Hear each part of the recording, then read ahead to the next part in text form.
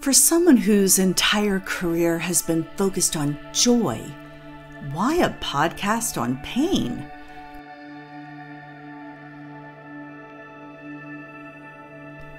Because these stories need to be told.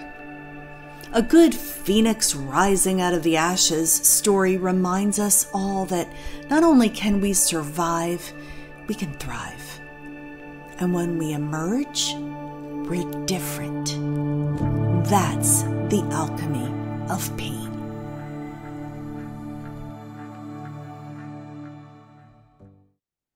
Hi, everybody. Welcome to another edition of the Alchemy of Pain podcast. I'm Brenda Viola, and I have the privilege of interviewing people that have been through some difficult times and made it through. What did they learn? How did they grow? How did they change? Now, I think today's interview is a cautionary tale in don't judge a book by its cover. Sometimes I meet my guests on LinkedIn or social media or when I'm at a networking event. This time, I was in my hairstylist chair, minding my own business, getting my locks done. And I did notice that there was absolutely a beautiful young woman sitting next to me. And in my mind, I thought, she's probably an LA starlet heading into a film career or a model, certainly probably never had a bad day in her life. And then we started talking. I am so glad to introduce you to Sarah Smith. Sarah, it's great to see you. Thank you so much, Brenda. It's so good to see you. So we begin talking. And We tell did. everybody, for starters, who are you? You're not a Hollywood starlet, though you could be. How do you serve in the world today? So that's so funny because I actually moved to California to be an actress. So I have a degree in theater. So it's funny that you thought that because that was everything I wanted. But I am actually a realtor here in San Diego. So I help people to find their homes. And when I overheard you on the phone, because when you're in a hair salon, you can't help if someone's having a conversation next to you. Inquiring minds want to know. You're really, really good at your job. And I Thank you. saw you in action helping people on the phone. And then we started to go a little bit deeper. We did. And see, this is the thing. You just cannot judge anyone by the exterior because everybody has a story to tell. This is a podcast about painful experiences. Would you mind sharing the painful experience that changed you? I will. But first, I want to say that I really appreciate that kind of don't judge a book by its cover because I have some notes and I wrote down that I think the best compliment that you can receive as somebody who's in our position is you don't look like what you've been through. And so a lot of times when people hear my story, they're like, you would never know. And it's something that I do appreciate to hear. So I just wanted to mention that. Well, and I think the reason I love that you don't look like what you've been through is Mhm. excellent because you shine. Thank I you. mean, I was attracted to you not because you're beautiful, but because you have this inner glow and this positive energy. So let's talk about where that came from. And did the pain actually crack you open in a way that created this sunshine? I definitely think it did. I definitely think it did. So my story, let's see, about, I guess, almost 8 years ago now. So about 7.5 years ago in 2016, I had just graduated from college and I did a summer semester, so I hadn't seen, my friends all summer. They were a year younger than me, so they were just coming back to school. It was September. I had just started a new job and I had two cocktailing jobs and I had a Friday night off, which was so rare when you work in the industry, right? And I even asked my managers, I was like, am I in trouble? And they said, no, you work so hard, go out and have a good night. So I called up my girlfriends and I said, guys, I have a Friday night off. Let's go out like we used to when we were in school. And when we were in Europe, we met studying abroad. And so we did. We made the decision to go out that night. And very long story short, I you start a night out all together getting ready and you kind of thinking about what the next morning will be like, right? The stories of the night before. Well, we didn't actually get that. The next morning, I woke up in a hospital bed and I didn't know why. So I still to this day don't have really any memories from that night. But essentially, what happened was I had mixed a lot that night, a lot of different types of alcohol and sugar. We end up getting gelato as well. So I don't do very well when I have consumed alcohol with motion. And so I started getting sick. We were in the Uber home and Lyft. We were in the Lyft home and I got sick. The Lyft driver pulled over to kind of let me get out of the car, let me get sick. He gave me a bottle of water and then he put me back in the car. Well, when he put me back in the car, I was in the passenger side. I guess he, shut the door. And as he was walking around to get back into the driver's side, we were actually hit from behind at 71 miles an hour by a drunk driver. And our Lyft driver was killed on the spot. And so having no memory, having no idea that this went on to then waking up. I mean, guys, my memory literally goes from, hey, we're, going to go back to the original nightclub that we were at. We had been at one, ran into friends and said, hey, let's go to a different one. And then we went there and then we said, let's go back to the first one. So like I remember making that decision and like walking on the street. And then my memory goes from that to opening my eyes and really only being able to see like light, like white light, and then a doctor stepping into my field of vision and asking me if I knew my name. And I was like, yeah, it's Sarah Renee Smith. Like, where am I? What happened? And he said, you're at the hospital. You were in a terrible accident. And I said, how? I wasn't in a car. So I have and that must have been maybe around 1:30 in the morning, maybe 2 in the morning. And then I woke up, and the next morning in a hospital bed. And I just saw one of my friends across from me and I was like, where are we? Like, what happened? And then I was filled in later.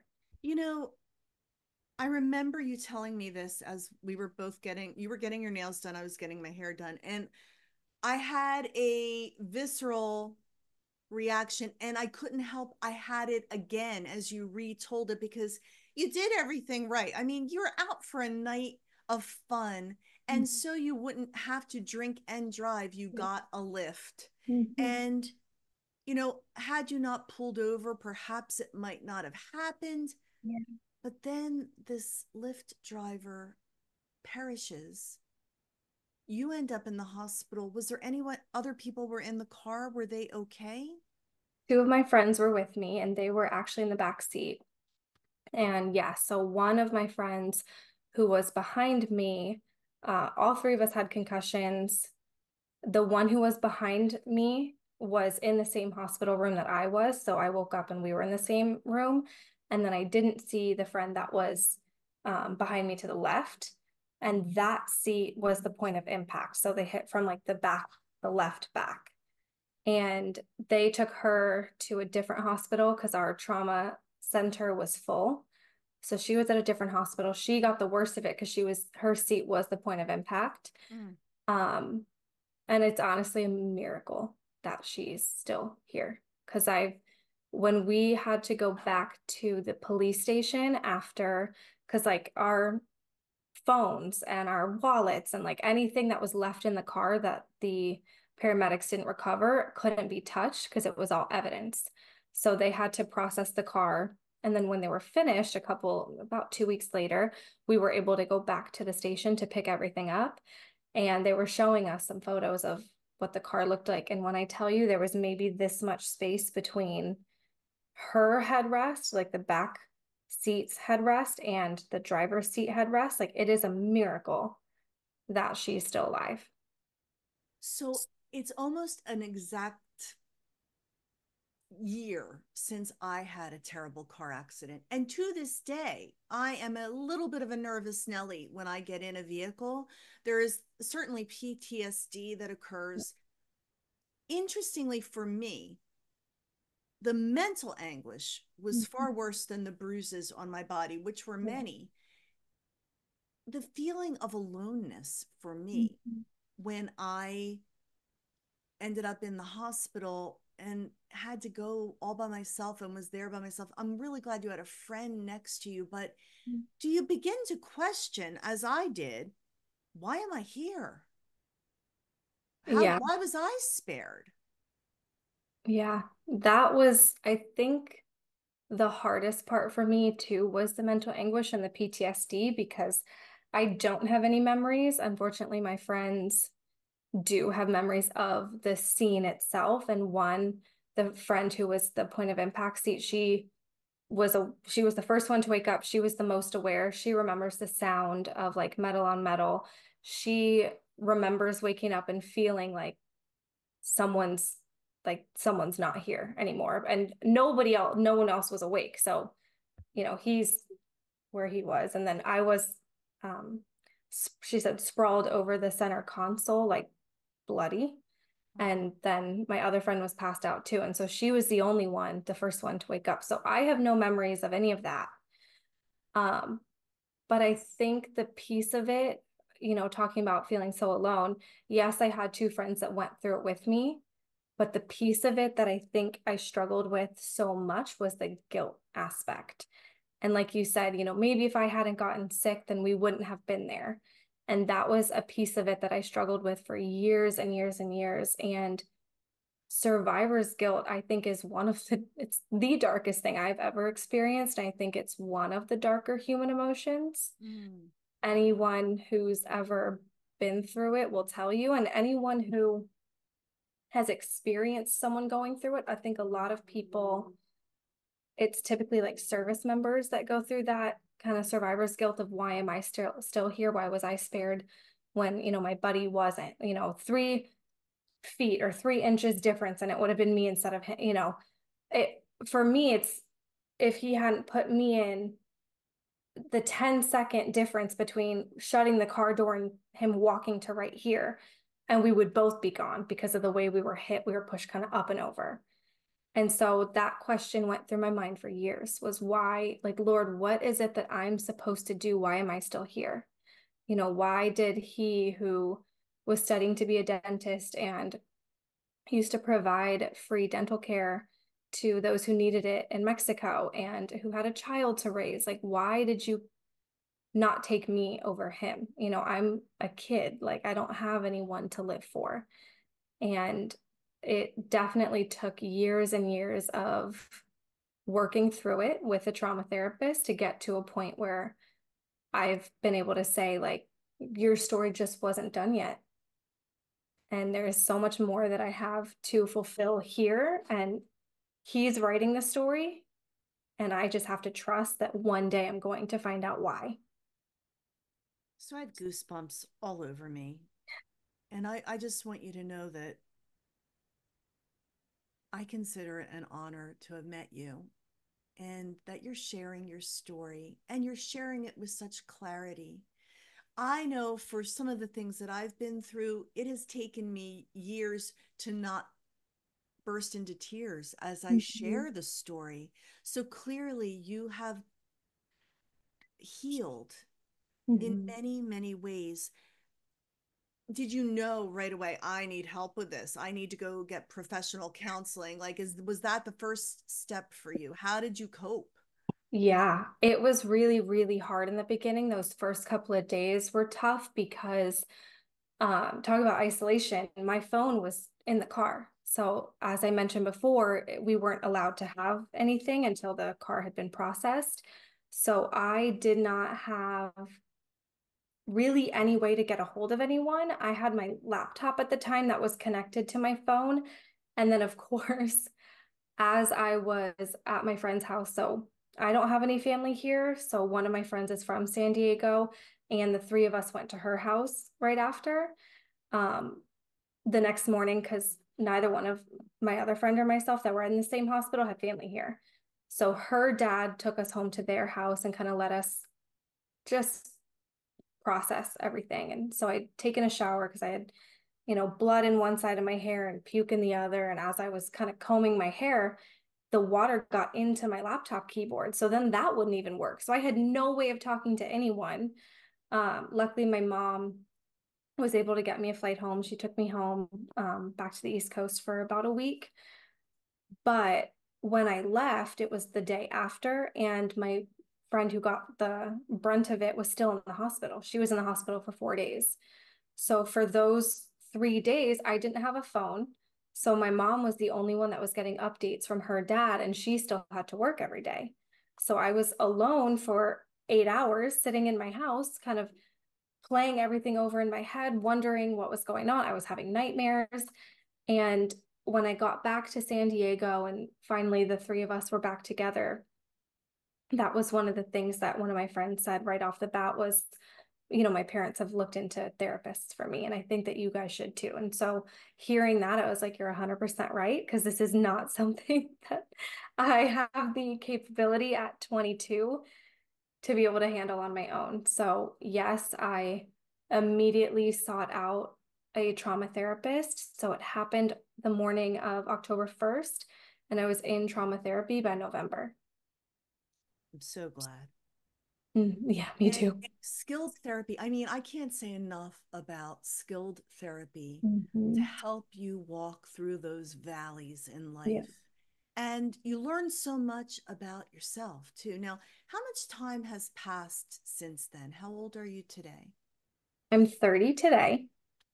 So it'll be 8 years, October 1st. And what a transformative 8 years they've been. Well, every time you smile, it's sort of like the camera goes like Yeah. this. You do shine. So you not only healed, but you something came out of it. And you said transformative. So how first of all, what did you learn about yourself through all of this? I think I learned that I knew early on that nothing, everything happens for a reason.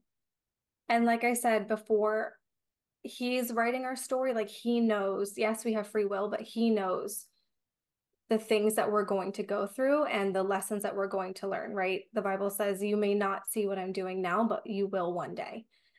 And in the beginning, I was so clouded with grief, like horror at what I had woken up to find out and just the grief of it all. And then milestones, right? So there's always milestones when you're going through something like this. And so for me, I had very clear milestones and transformative milestones. So for me, it was, I don't know if anyone who's watching this has ever been 23. And just so to preface this, we were hit by someone who had a prior DUI. And then this was a drunk driving event, which means when you get a DUI, they make you go to classes that state if you do it again and you kill someone, we're going to try you for murder because this is you knowing what can happen, right?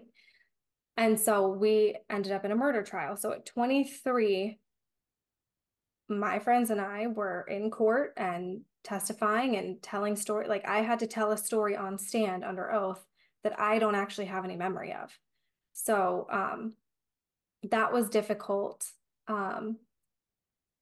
Going to trial and feeling the guilt that I felt. Obviously, I knew I wasn't the one who hit us, but I was like, if I just hadn't had the gelato, if I just hadn't had, the bubbles from the champagne, like what was the thing that made me sick, right? All of that guilt. And then you have to go to court where you know that the family of the person that you're blaming yourself for their death is going to be there and you have to face them. Like at 23 years old, I had never experienced anything to that level. And so, sitting there and going through that and just knowing that the person sitting next to me was the person, and I just started bawling and I was like, I'm so sorry. And to hear his mom and his sister say, like, there's only one person responsible and we're here today so that justice is served essentially, right? And so that moment kind of helped me, that milestone, right? And then, you Yes. know, go ahead. No, I am agreeing. I'm like, what a gift he Yes. gave Yeah. you in Yeah. acknowledging that This was not Mhm. your fault. You were taking the Lyft for the very reason people are supposed to get ride shares. Yeah. Yeah, So this was not your fault, but the family of the victim shared that with you. That is a true milestone. Thank you for sharing that. What it were some was. other milestones Some along other milestones. So that happened. And then I remember at Thanksgiving the same year. So, like I said, it happened in October and Thanksgiving. I had a cousin in Seattle. So I went up to be with her and her mom and dad for Thanksgiving. And I had no memory, like I said. So I didn't look anything up. My friends, I was like, don't tell me anything. They are little like investigate, like literally one of them is an investigator. So she like did all this research and wanted to know everything. And I was like, I don't want to know anything. So I didn't know really anything up until this point. And so she said, oh, I heard about that. I was talking to her about it. She said, I heard about that. How unfortunate to pass away on your birthday. And I was like, what? And so I didn't know it was his birthday on October 1st. And so that was a punch to the gut. But then meeting his sister in court and hearing her say, oh, he loved time and had this fixation on time. And she said he would have just loved the cyclical nature of coming in and going out on the same day. And so that brought me so much peace that it was almost like God saying, it hurt you to figure this out, but again, you couldn't see at the time what I was doing, and now you know. I did that because he would have loved that. And so that brought me a ton of peace. And so I think what I learned about it through all these, I mean, even we met his best friend in court, and he said, oh, his favorite color was yellow. And my friend goes, oh, I actually just visited the crash site for the first time, and there's a field of yellow flowers there. So all those like little things along the way um, kind of help you to get through it. Oh, And yeah. it helps you to heal one step at a time. And it helps with the PTSD. And in kind of going through all of this, I've learned that I'm a heck of a lot tougher than I ever thought I was. And I think kind of like you don't look like what you've been through, because now I know what I can go through and that it didn't kill me. Mm. I've literally to this point survived 100% of my worst days. And that gives you like a different outlook on life. I've heard you several points during this conversation acknowledge God in some way, shape, or form. Mhm. Was your faith something that came out of this, or you carried it through with you? Did you already have some faith in a higher being? Yes, I was raised in Maryland, so I was raised very Catholic. And I think as a kid, you go to church because your parents take you to church and your family, we always did. Um, and I think I had a healthy amount of, I don't want to say skepticism, but like, what is it real? Because faith is, belief in things not You can't seen. So see. Yeah. you can't see. So I'm like, what is it really? Like, what if none of it's real? What if there is nothing? And I was so afraid of death when I was little. I was terrified of death. And so I think that going through this and having my friends say, when I woke up, I knew someone was not there. And she's like, I didn't know if all of you were dead. I didn't know if one person. She's like, she said two things. She said, I could feel someone was no longer with us, but she said, I could feel that there were angels that were. And that helped me so much. And so I've always had my faith. I think this was the first point in my life where God was like, I'm here. Like, yes, it's all real. Like you don't, and those little glimmers along the way of, he loved time. And it was almost God's little like nod to me to be like, I'm here and it's okay. Like, you don't have to be afraid. Yes, it's scary. And this was not something anyone would choose to go through, but it was almost his way of saying, like, it was my will. And that has helped me so much in all of the years since when I do go through things or, just stuff that's less than favorable to just say, I didn't know why you did it then, but I saw it later. For example, I'll give you this example. I had gotten into a car accident in June of the same year of 2016, and I was devastated. It was the most beautiful car. It was my first car that I had had ever in San Diego since I had graduated and decided I was staying. And it was this cute little Volkswagen, and I totaled it 10 days after I got it. I was Oh, devastated. But I was dating someone at the time who worked in car insurance, and he said, go increase your coverage because you got lucky this time. But I was in an accident my first day at Geico, and I hit, one car that hit six cars, and it was above my coverage amount. He said, go increase your coverage. And I was, like I said, devastated. That was the worst thing that had ever happened to me at that point. Had that not happened and had I not increased my coverage, I would have been way negative when the big accident happened with all of my medical bills. I mean, imagine getting a medical bill on your mailbox for $47,000. Like, because I increased my coverage because I had that accident, I didn't end up negative and I actually had the coverage to cover this accident. there So is all those that things. divine hand again, Yeah. something bigger than you guiding it all. And you Yeah. know what? Let's take a little break here and let me just tell the audience. Mhm. Similarly, I was in this really bad accident a year Mhm. ago, and I had good coverage, or so I thought, except for this one little line, underinsured motorist. Yep. Hmm. Well, my motorist that hit me Hmm. had the bare minimum Yeah. insurance, and it ended up costing me not just the physical or mental, but financially. Mhm. And Yep. so my very first step was to increase my coverage. So everybody listening and watching, you might think this is about a Yeah. survival story and learning about, what you can how you can grow from painful experiences, but also check your coverage. Seriously. Don't assume that someone that hits you is going to be adequately covered, and make Hmm. sure, I'm just so grateful that I was able to recover so that I could keep working and Yeah. pay my bills, because Hmm. had the accident gone another way, I would have been wiped out financially. So that's a really important little public service announcement that we're just throwing in there. Throw that in there. Throwing it in there. I can't help but think that your message and your story would be so powerful on stages to young people, Hmm. college campuses, Yeah. how one night can go so wrong. Yeah.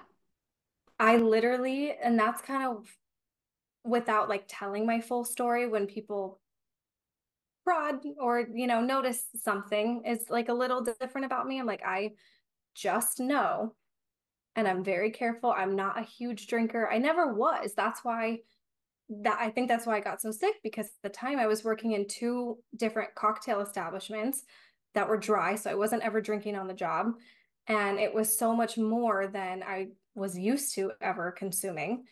But I just tell people like I'm very careful because I know one decision can change not one life, but many lives. I mean, my life, my family's life, my two friends and their whole family, the driver, his entire family, like so it's like a domino effect. Literally 1 second can change. It's a butterfly effect. There's that butterfly. When I Mhm. handed you my card, you're like, butterflies, butterflies. Yeah, because there is, and I end every podcast with the story of the chrysalis and going through a dark Mhm. time and emerging, because when you keep pressing, you create strength in your wings. Mhm. So I know you questioned, why am I here? I Yeah. know you're a successful realtor. But what other dreams have emerged as a result of this? Have you more clarity about why you're here? Because you are a voice that I think people need to hear. And oftentimes I interview coaches or speakers, and I say, if you want to work with them, contact them through. Yeah. Now, if you want to buy a house, contact Sarah. Obviously. But what else has come out of this, your purpose in life? Any thoughts about that or new dreams? You came wanting to be an actress in Hollywood. Any new dreams? Yeah. And I think I mentioned I want to write a book.